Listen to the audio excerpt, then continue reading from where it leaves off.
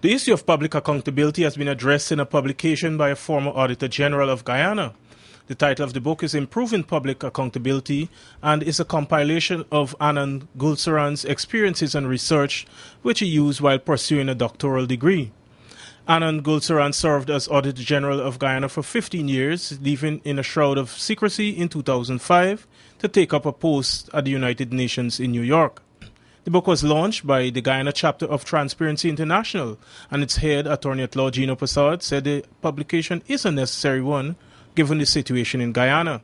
Fragile democratic institutions and institutional weaknesses provide fertile grounds for corruption. Dr. Goolsarran's book examines these institutional weaknesses. TI in its annual report 2011 said that where institutions are weak and oversight insufficient, funds meant for public services such as health and education can easily disappear. Within this context, Dr. Goolsarran's book is eminently relevant today in the current political and parliamentary dispensation. Goolsarran said the issue of public accountability was always important to him, and he spared no effort to ensure its preservation, sometimes without success.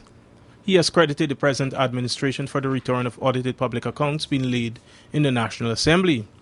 Accountability becomes enriched if it is seen as a moral act and a personal responsibility, voluntarily given rather than being imposed. The failure to ensure that this is so is likely to result in minimum compliance.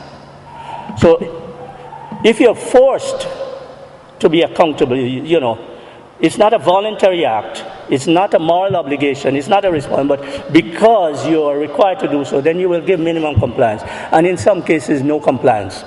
Goolsarran also emphasized some of the key concepts in improving confidence in public accountability.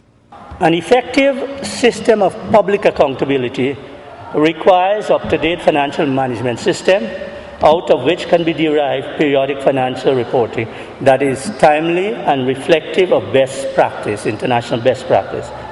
In addition, an independent and credible legislative audit serving the public interest, a competent and impartial public accounts committee, and a responsive and enlightened government are indispensable to the maintenance of the highest standards of public accountability.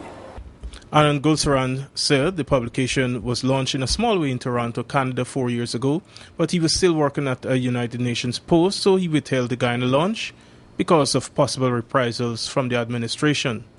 For Capital News, Roll Collins.